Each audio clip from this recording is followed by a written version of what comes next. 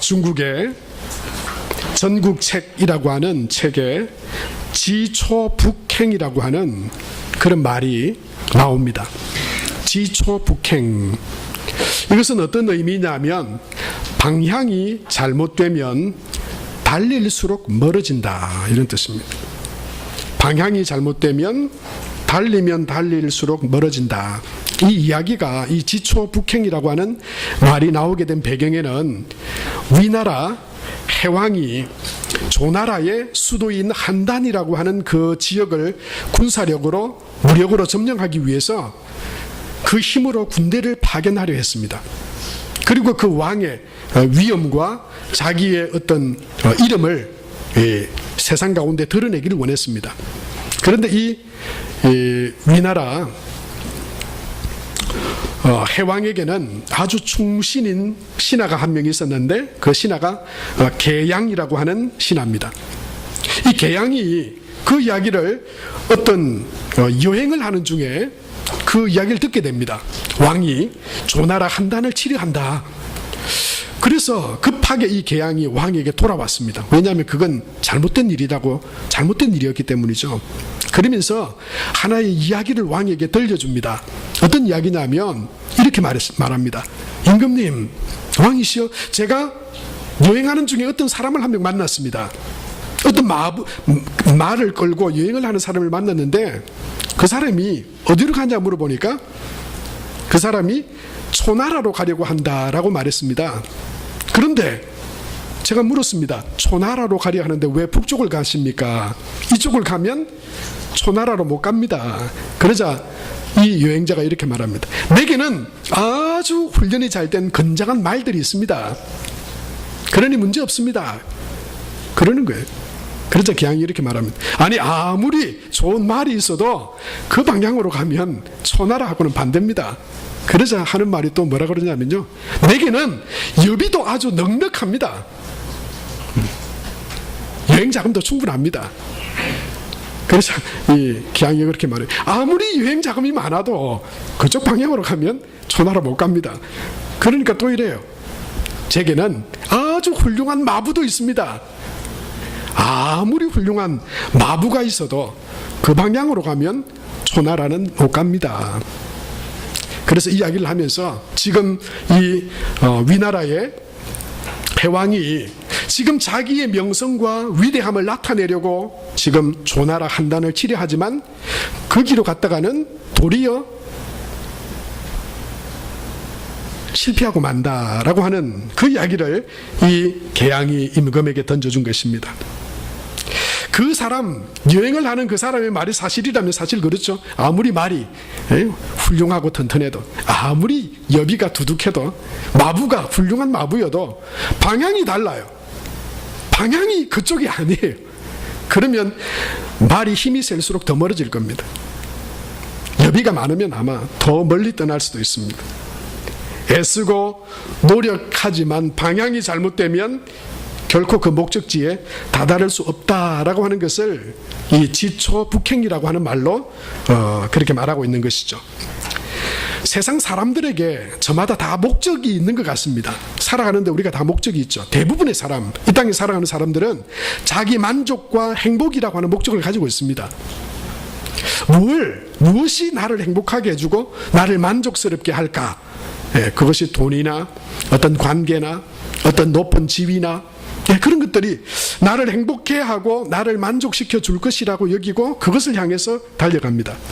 그런데 성경에는 세상이 말하는 목적지와는 다른 목적지를 우리에게 말씀하고 있습니다. 그것은 참된 구원과 영생과 만족을 주시는 하나님, 하나님의 아들 예수 그리스도 그 십자가 은혜, 거기에 참된 만족과 구원이 있고 거기로부터 하나님의 선하심과 은혜와 복이, 참된 복이 우리 가운데 임하게 된다라고 하는 것입니다.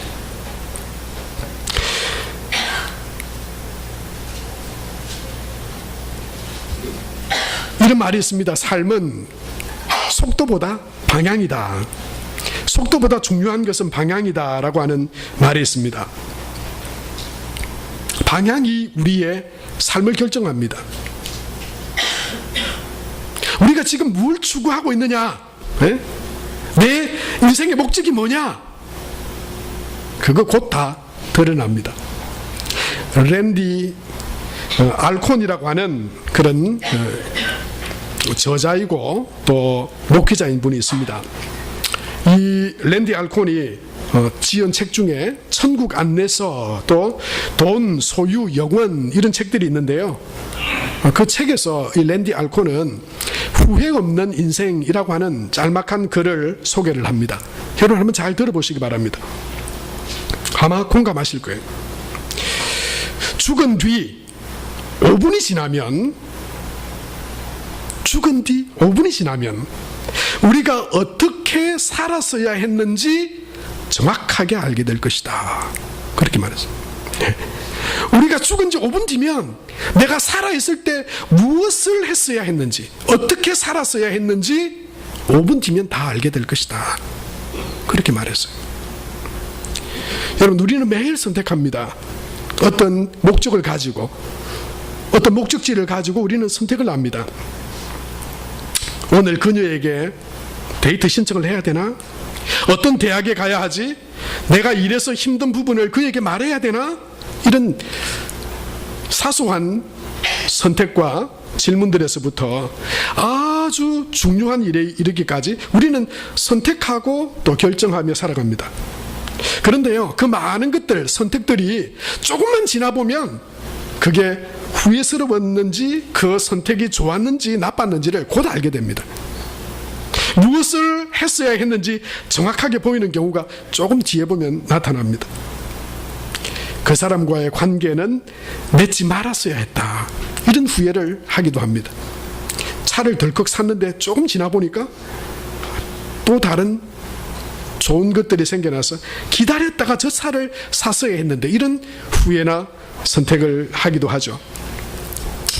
이 랜디 알콘은 그의 책에서 이렇게 말합니다. 그러나 하나님은 우리를 우리의 과거에서 구해주셨고 후회 없는 삶으로 가는 지도를 성경 안에 넣어주셨습니다. 우리 힘으로 가면 길을 잃게 되지만 하나님을 찾고 그분의 지혜를 구하면 그분이 길을 보여주실 것입니다. 그렇게 말했습니다. 여러분, 그렇죠? 앞날을 우리는 모릅니다. 그것이 나를 만족시켜 주리라고 하는 막연한 상상과 기대, 그게 진짜인 줄 알아요. 그리고는 하나님을 삶의 목적으로 삼으세요. 그러면 허황되게 생각해. 그게 뭐가 기쁨이 있냐고. 그러나 여러분, 그게 더 실제입니다. 우리가 생각하는 미래는 아무도 모릅니다.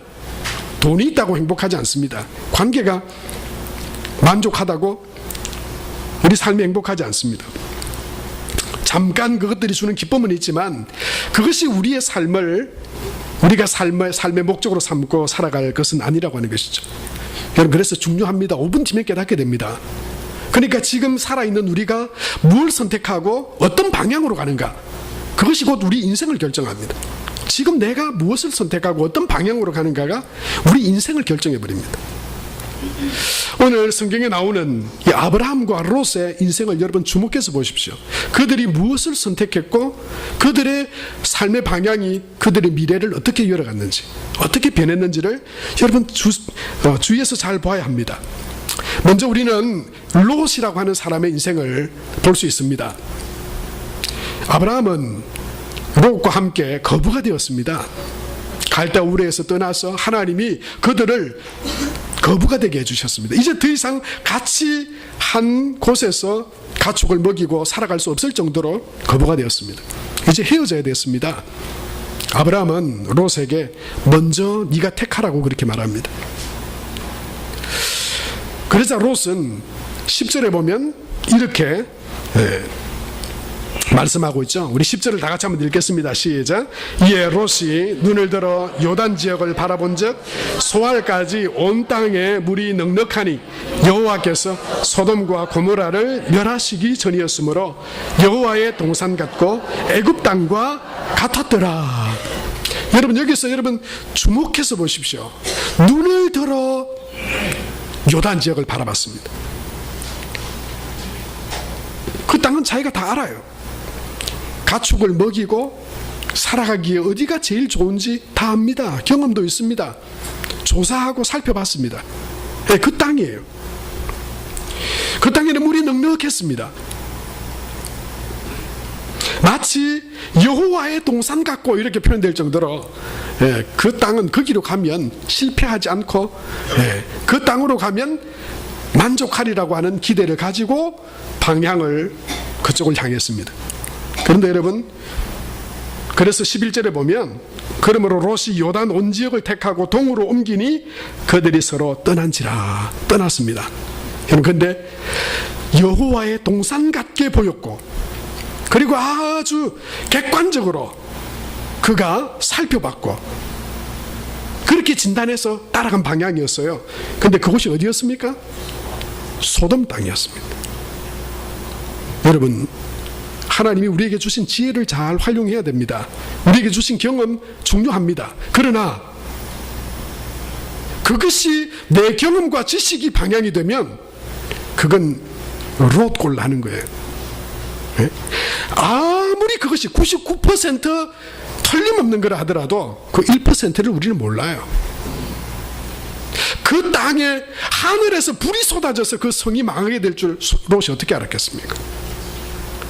롯이 왜 그 방향으로 갔나요?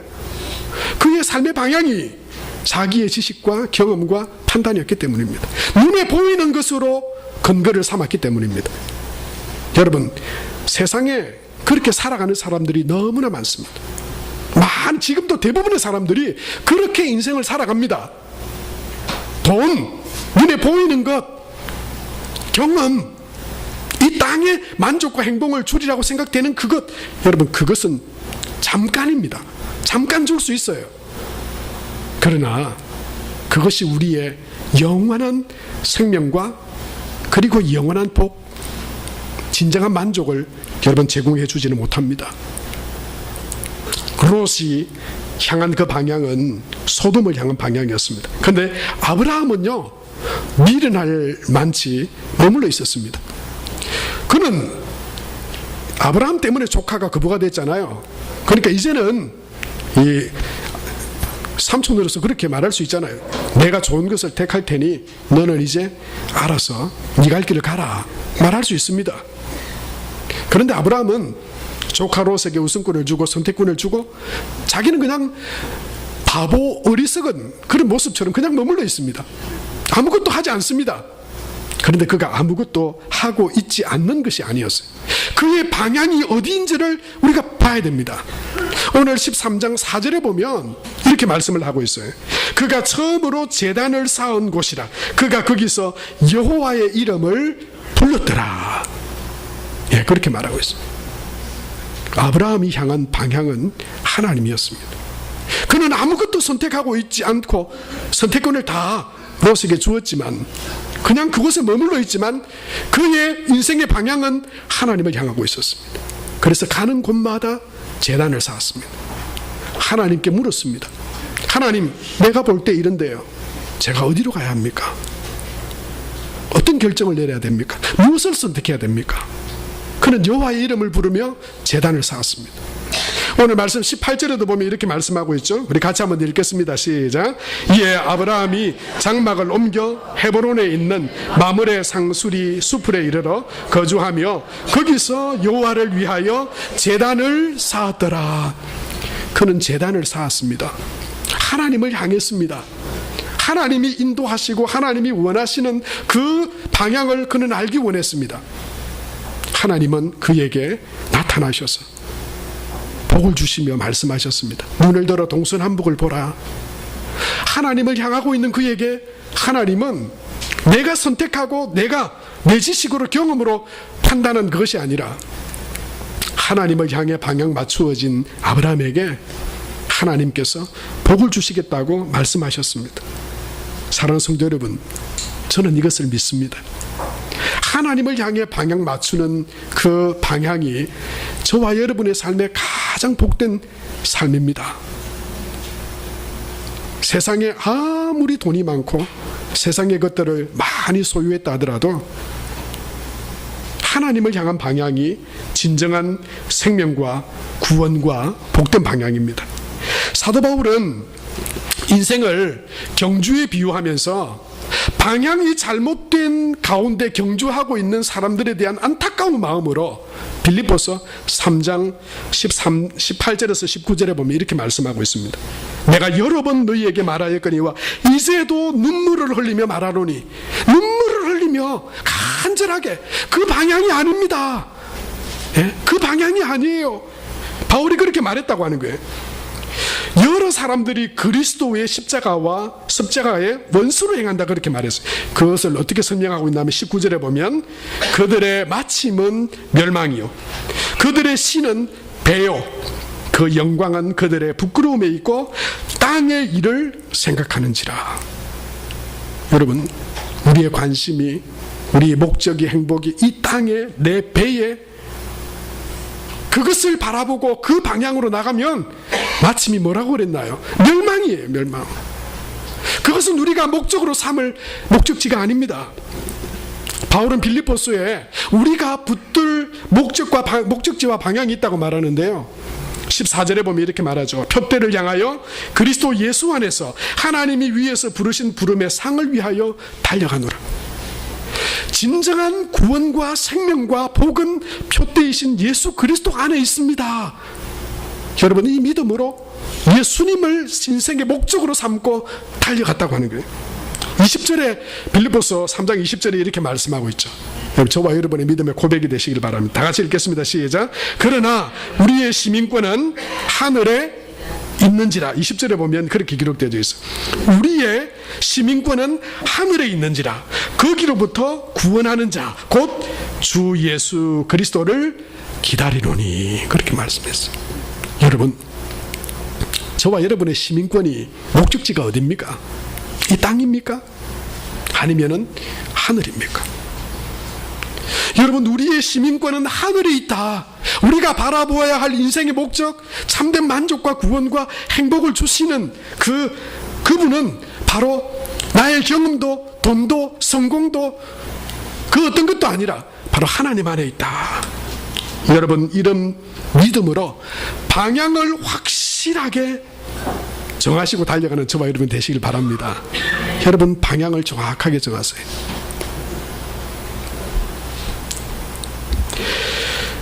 그런데 우리가 한 가지 기억할 것은, 여러분, 우리 삶의 방향이 예수 그리스도께, 하나님께 정해졌다고 해서 저절로 목적지에 이르게 되는 것은 아닙니다. 방향을 그렇게 정했다고 해서 저절로 우리가 하나님이 주시는 영생과 또 하나님 안에서 주시는 축복과 은혜를 누리게 되는 것은 아니라고 하는 말씀입니다. 지난 선교 여행에서 그 홍콩과 마카오를 이렇게 방문을 하면서 홍콩에 아주 이 홍콩을 가면 다 방문하게 된다고 하는 곳을 한번 갔습니다. 그 뭐냐면 미드레벨 에스컬레이터라고 하는 것이었어요. 미드레벨 에스컬레이터. 이게 왜 홍콩에 가면 한 번씩 다 방문해 보느냐 그러니까 그 길이가 너무 어마어마하기 때문이래요. 에스컬레이터가 무려 800m랍니다. 800m로 쭉 이렇게 아주 그 좁은 골목 사이로 올라가게 돼 있어요. 제가 너무너무 부러웠습니다. 제가 한 50m만 끊어와가지고 그냥 우리 교회 저 큰 도로에서부터 쫙 올라오게 하면 얼마나 좋을까. 할렐루야. 하나님께서 뭐 에스컬레이터든지 엘리베이터든지 어려움 없이 우리 교회에 올 수 있는 그런 여건들도 하나님께서 주실 줄로 믿습니다. 너무너무 부러웠어요. 가니까 쭉 그냥 갔다가 조금 내렸다가 바로 타면 또 올라가고. 여러분, 그런데 이 미드레벨 에스컬레이터가 유명해진 게 길이도 800m, 세계에서 제일 길어가지고 기네스북에 등재됐다 그랬는데, 그거보다 또 중경상림이라고 하는 영화에도 이 에스컬레이터가 나온다고 그래요. 그런데 여러분, 우리 신앙생활과 하나님을 우리의 방향으로 삼고 살아가는 우리의 삶이 이 에스컬레이터 같지는 않습니다. 그냥 올라가기만 하면 그냥 자동적으로 우리를 그 목적지까지 데려다 주지는 않습니다. 엘리베이터 같지 않습니다. 그냥 버튼만 누르면 원하는 층까지. 여러분, 그게 하나님을 향한 방향이 정해진 게 아니에요. 도리어 하나님을 향한 우리 믿음의 삶과 방향은 정상을 목표로 하여서 아래에서부터 그 정상을 향해 올라가는 어쩌면 등산과 더 유사한지도 모르겠습니다. 하나님이 구원이고 생명이고 또 하나님 안에서 참된 복과 만족과 행복이 하나님으로부터 우리 가운데 임한다고 하는 믿음과 방향을 정한 가운데에도 마치 등산하듯이 등산 가운데 좁고 어려운 길들을 만나고 또 계곡을 만나고 원치 않았던 그런 숲을 가운데 여러분 어려움 가운데 지낼 수도 있다고 하는 거예요. 그것들이 다가올 수도 있다고 하는 것입니다. 방향이 옳다면 그것이 우리에게 열매가 되고 그리고 진정한 복이 되게 하려면 방향을 정한 뒤 믿음으로 인내하고 끝까지 그 길을 가야 된다고 하는 것입니다. 때로는 시련과 거친 길을 만날 수도 있습니다. 그러나 목적지가 분명하고 방향이 그 목적지를 향하는 것이라고 하는 것을 믿는다면 시련과 어려움이 와도 인내하고 견딜 수 있습니다. 여러분, 우리가 포기하고 절망하게 되는 것은 뭡니까? 힘이 없어서가 아니라 믿음이 약해졌기 때문입니다. 정말 하나님이 믿음 가운데 우리가 하나님을 향해 나아갈 때 하나님께서 은혜를 베푸시고 구원하시리라 하라고 하는 믿음이죠. 여러분, 이것이 성경에서 증언하는 그런 증언들입니다. 아브라함의 삶을 보십시오. 아브라함도 갈대아 우르에서 하나님의 축복의 말씀으로 그가 나왔습니다. 우상의 땅에서 나왔습니다. 그런데 곧 바로 그에게 하나님이 약속하신 복이 임하지 않았어요. 오랜 시간을 기다려야 했습니다. 견뎌야 했습니다. 인내해야 했습니다. 때로는 믿음이 연약해질 때도 있었습니다. 그래서 뭘 낳았나요? 이스마엘을 낳았죠. 그도 흔들렸습니다. 그래서 이스마엘을 낳았는데 이 이스마엘이 아브라함에게 어떤 존재였는지 아세요? 마음의 고통과 쓰라림과 아픔의 존재였어요. 믿음이 약해지고 방향을 잃자 고난이 다가왔습니다. 그러나 아브라함은 끝까지 인내하며 하나님의 약속을 붙들고 나갔습니다. 그때 하나님께서 이삭을 주셨습니다. 하나님께서 믿음의 조상이라고 하는 명예로운 그런 하나님의 자녀로서 믿음의 사람으로서 세워지게 되는 은혜도 베풀어 주셨습니다. 금방 이루어진 게 아닙니다. 인내하며 기다려야 했습니다. 요셉의 인내를 우리는 기억해야 합니다. 요셉은 하나님의 사람으로 믿음으로 이 땅 가운데 태어났습니다. 하나님이 주신 꿈들도 있었습니다. 그런데 원치 않는 어마어마한 고난의 길들이 있었습니다. 형제들이 그를 미워하여 팔았습니다. 배신당하고 그리고 감옥에서 갇혀서 수년을 감옥에서 아무런 희망이 보이지 않는 절망 가운데서 그는 지내야 했었습니다. 그는 인간적으로 형제들을 저주하고 세상을 인간적인 힘으로 살아가려고 하는 그런 삶을 얼마든지 살아갈 수 있었습니다. 그런데 요셉은 변하지 않았습니다. 그 방향이 어려움과 시련이 와도 그 방향을 하나님께로 향한 그 방향을 수정하지 않았습니다. 털지 않았습니다. 절망 가운데서도 그 감옥에서도 여전히 이 요셉은 하나님을 향하고 있었습니다. 어떻게 하냐고요? 그 마지막 고백을 보면 알 수 있습니다. 창세기 50장 20절에서 21절에 보면 이제 야곱이 죽었습니다. 요셉은 애굽의 총리 대신 총리가 되어 있었습니다.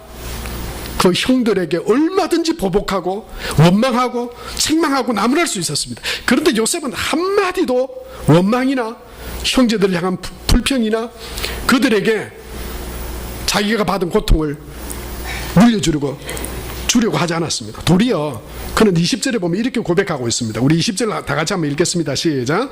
당신들은 나를 헤아려 하였으나 하나님은 그것을 선으로 바꾸사 오늘과 같이 많은 백성의 생명을 구원하게 하시려 하셨나니. 여러분, 이게 무슨 말입니까? 요셉은 그 어려운 고난의 감옥에서도 하나님이 살아계시고 하나님이 이 모든 환경과 자기의 삶을 주관하시는 하나님이심을 믿었습니다. 그 감옥에서 고난의 시간들, 어려움의 시간들을 지내야 했지만 하나님이 없다고 원망하고 그 방향을 수정하지 않았습니다. 그 가운데도 그는 인내하며 믿음으로 하나님을 기다리고 바라봤습니다.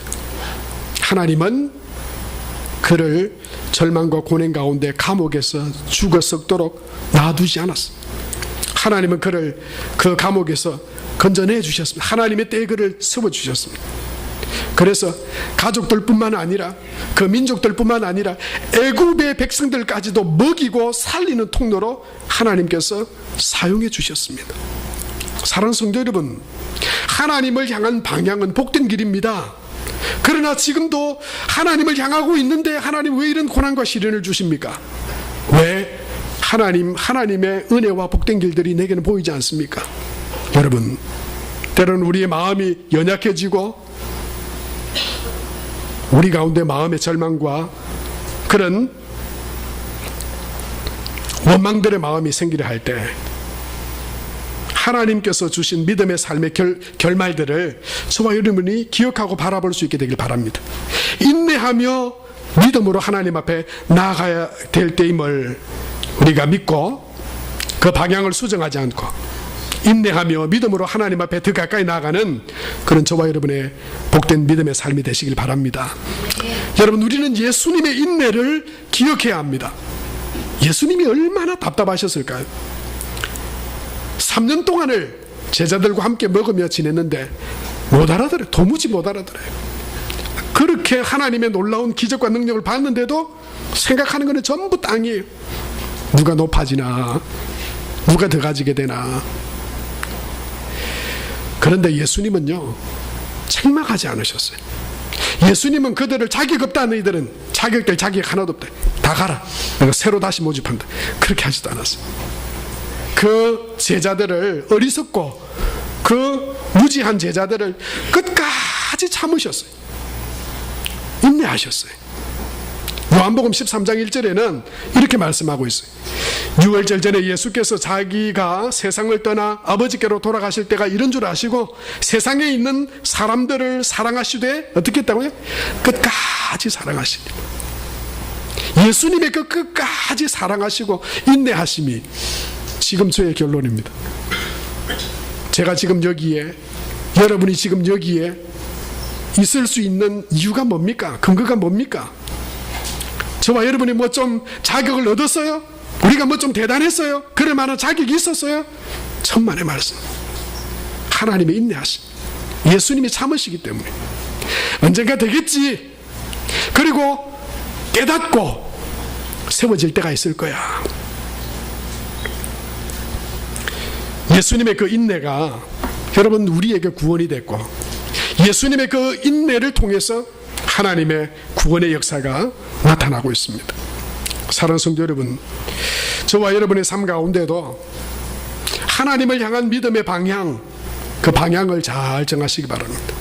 방향이 우리의 인생을 결정합니다. 우리의 방향이 우리 삶을 결정해버립니다. 우리에게 참된 만족과 구원은 세상에 있지 않습니다. 하나님의 아들 예수 그리스도 안에, 하나님 안에 구원과 생명과 참된 만족이 있는 줄 믿습니다. 여러분, 여러분의 인생의 어려움과 고난과 삶의 문제들 세상에 있지 않습니다. 예수 그리스도 안에서 하나님이 주시는 진정한 은혜와 축복을 하나님을 향한 믿음의 방향과 믿음의 인내와 기도로 여러분 하나님 앞에서 그 은혜들을 누리는 저와 여러분이 다 될 수 있게 되기 바랍니다. 일본의 아오모리 지역은 사과로 아주 유명한 지역이라고 그랬죠. 여기에 아주 유명한 사과가 하나 있다잖아요. 떨어지지 않는 사과. 1991년에 여러분 이 사과를 다 수확할 철에 태풍이 와가지고는 그 사과 과수원의 90% 이상 사과가 다 떨어져 버렸대요. 이제 농부들이 다, 그 과수원 농부들이 다 절망하고 낙심해 있는데 한 그 사람이 그런 기발한 아이디어를 떠올렸다잖아요. 이제 일본에도 아주 이 수능, 대학을 진학하기 위해서 수능이 아주 경쟁이 치열한데, 이 떨어지지 않는, 그 태풍에도 남은 사과의 이름을 떨어지지 않는 사과, 그 이름을 붙여가지고 세상에 내놨대. 수능 때 그 기간에 내놓으니까 이 사과가 그 폭풍에도 떨어지지 않았다. 이거 먹고 시험 치면 안 떨어진다. 이런 그런 마음이, 그런 생각들로 그 10% 정도 남은 사과가 이전에 자기가 부지런히 농사를 지어서 판 것보다 훨씬 더 유명해지고 많은 그런 결과를 얻었다, 이런 이야기가 있어요. 여러분, 사과도 태풍이 안 떨어지면 그게 떨어지지 않는 사과를 해가지고 히트를 치는데, 이번에는 또 이 홍수에도 떠내려가지 않은 뭐가 나올지도 모르겠어요. 일본에 사는 성도 여러분, 그렇습니다. 인내와 견딤은 자연의 법칙이자 하나님의 섭리이기도 합니다. 우리는 지금 무더운 여름 날씨를 지나고 있지만 이 여름만 다 끊어서 보면 이 여름은 참 여름은 견디기 힘들죠. 여름이 왜 필요한지도 모릅니다. 그러나 하나님은 이 여름을 지나 가을을 우리에게 준비하고 계시는 하나님이세요. 이 여름이 무덥다고 그냥 던져버리고 못 살겠다고 포기해버리면 가을은 오지 않습니다. 여러분, 우리 믿음의 삶도 마찬가지입니다. 방향을 하나님께로 향했다면 우리는 하나님께서 열매 맺게 하실 때까지 기다려야 합니다. 인내해야 합니다. 흔들리지 않고 방향을 수정하지 않고 그 믿음을 끝까지 붙들고 하나님께로 나아갈 때 하나님께서 그것이 열매가 되고 하나님께서 주시는 은혜와 복을 누리게 되는 복된 믿음의 삶을 우리가 다 살아갈 수 있게 될 줄로 믿습니다. 예수님은 열매 맺는 밭의 비유를 하시면서 가시밭도 있고 길밭도 있고 돌짝밭도 있다고 말씀하셨어요. 그건 우리의 신앙, 우리의 믿음을 다 말씀하시는 것이에요. 그런데 열매 맺는 밭은 딱 한 밭이었어요. 열매 맺는 밭, 좋은 땅에 심겨진 그것이라고 말씀하죠. 누가복음 8장 15절에 보면 이렇게 말씀합니다. 우리 다 같이 한번 읽겠습니다. 시작.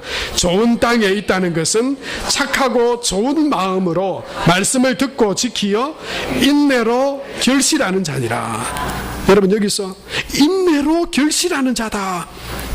여러분, 견디는 것이 믿음입니다. 하나님을 향한 믿음이 있다면 어려움이 와도, 바람이 불어도, 더위가 와도 안 되네, 없네, 원망하고 불평하고 수정하는 것이 아니고요. 믿음은 더 바짝 그런 비바람이 칠 때 하나님을 붙들게 합니다. 하나님을 더 의지하게 합니다. 그리고 그 믿음으로 기다리게 합니다. 갈라디아서 6장 9절에는 이렇게 말씀하고 있죠. 우리가 선을 행하되 낙심하지 말지니 포기하지 아니하면 때가 이름에 거두리라 말씀하셨어요. 여러분, 이것은 하나님의 진리의 말씀입니다. 포기하지 마세요. 여러분, 저와 여러분이 지금 하나님 앞에 예배하고 있는 것처럼 그 하나님이 맞습니다. 그 하나님이 복의 근원이십니다. 그 하나님 안에 영생과 참된 만족과 우리 인생의 기쁨이 있습니다. 세상에 있지 않습니다. 여러분, 그 방향을 분명하게 하세요. 그리고 지금 고난과 지금 어려움과 지금 가시밭길이 있고 아직 하나님께서 내게 베풀어 주신 그런 하나님의 은혜가 임하지 않았다 하더라도 낙심하지 말고 믿음으로 인내하며 참고 기다리시기 바랍니다. 기도하며 기다리시기 바랍니다. 그래서 하나님께서 아브라함에게 주셨고 요셉에게 주셨고 다니엘에게 주셨고 믿음의 사람들, 성경에 기록된 그 모든 믿음의 사람들이 믿음 안에서 받았던 그 은혜와 복들을 저와 여러분이, 우리 교회가 다 충만하게 받아 누리게 되는 그런 복된 믿음의 삶을 살아가는 저와 여러분 되시기를 축복합니다. 이 시간 우리 함께 한번 기도합시다. 하나님, 다시 한번 오늘 주신 말씀과 예배를 통해서 내 삶의 중심이, 목적이 하나님이심을 다시 한번 고백합니다. 그렇습니다. 생명이 하나님께로부터 왔고 그리고 우리의 삶이 하나님께 있습니다. 내 인생의 주인은 하나님이십니다. 하나님이 내 인생의 목자이십니다. 그리고 하나님으로부터 영생과 구원과 그리고 이 땅에 우리가 사모하는 아름다운 복과 열매들이 하나님으로부터 우리 가운데 임하는 것을 내가 믿습니다. 아직 그 열매들이 내겐 없지만 그러나 인내하며 믿음으로 기다리며 하나님 앞에 나아갑니다. 기쁨으로 하나님을 높이고 찬양할 그런 복된 믿음으로 세워지게 하여 주옵소서. 이 시간 우리 한 1, 2분 정도 말씀을 기억하며 또 우리 믿음을 하나님 앞에 고백하며 기도하며 나가겠습니다. 하나님